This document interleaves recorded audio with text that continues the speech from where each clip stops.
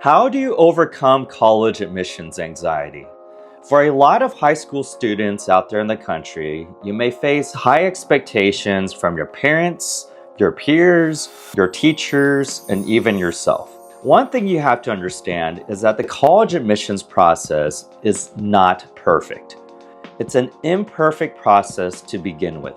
In other words, the criteria for selection of students at these top universities was never a fair process. There are just way too many qualified applicants, students with 4.0 GPA, 1600 SAT scores, and there are only a limited number of spots. At most of these competitive schools like Harvard, Stanford, or other Ivy League institutions, there are only 1600 students per class.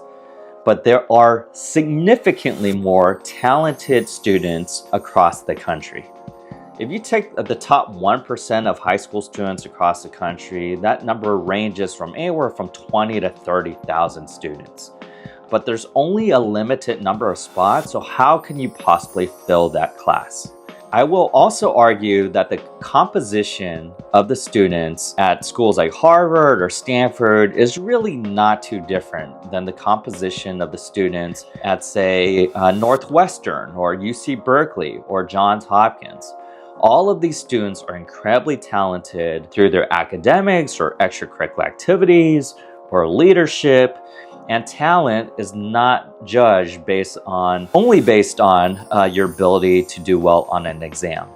Intelligence is measured in many different ways, whether it's your commitment to your community, whether it's your leadership, whether it's your entrepreneurial endeavors, whether it's your research abilities, or maybe it's even your athletic ability. Talent is really a broad metric, and I think it's a little bit short-sighted to only measure a student by simply their ability to do well on an exam. Which also means that the college admissions process is a holistic process, but at the end of the day, like I said, there's only a limited number of spots and there's way too many talented students out there.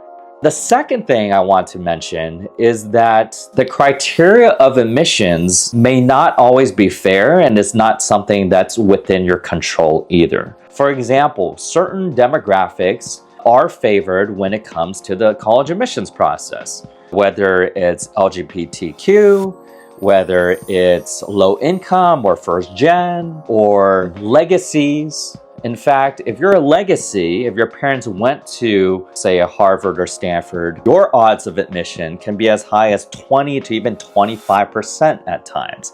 And this is something that's completely out of your control. Other factors may be affirmative action, which has been done away with the recent Supreme Court decision.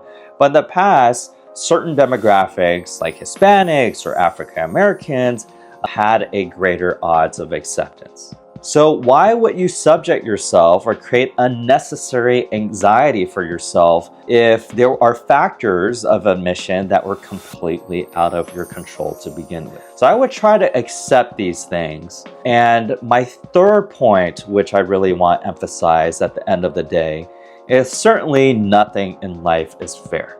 Whether it's in your future career or your future job, you will realize that the life is not fair. And so once you accept that fact, you could go into this process giving it your all. Give it your best shot. Definitely take advantage of the opportunities out there and demonstrate that self-initiative in you as a motivating factor to pursue your academics and your extracurricular activities. Find what you're passionate about, whether it's research or leadership or starting your nonprofit or, taking the USA Computing Olympiad if you're really interested in computer science or algorithms.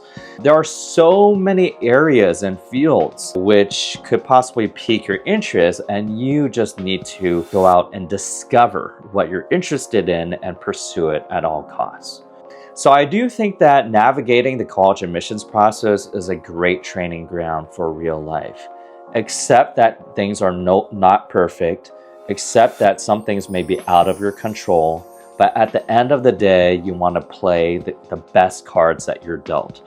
And that means taking advantage of the opportunities out there and really maximizing and realizing your potential to give your best effort to get into the college of your dreams. But do understand, like I said again, the composition of the student body and the talent at the top 15 or 20 schools is really no different than the composition of the student body at the top 5 schools. Even though society tends to place a high degree of recognition and prestige at institutions like Harvard or Stanford or Princeton, that does not mean that you're any less than students at those schools. So keep that in mind, give it your best shot, give it your all, and definitely wish you the best of luck in navigating the college admissions journey. And hopefully that will help you navigate some of the anxiety that comes with applying to college. If you like what we talked about today, hit the subscribe button to check out more YouTube videos from AdmissionSight.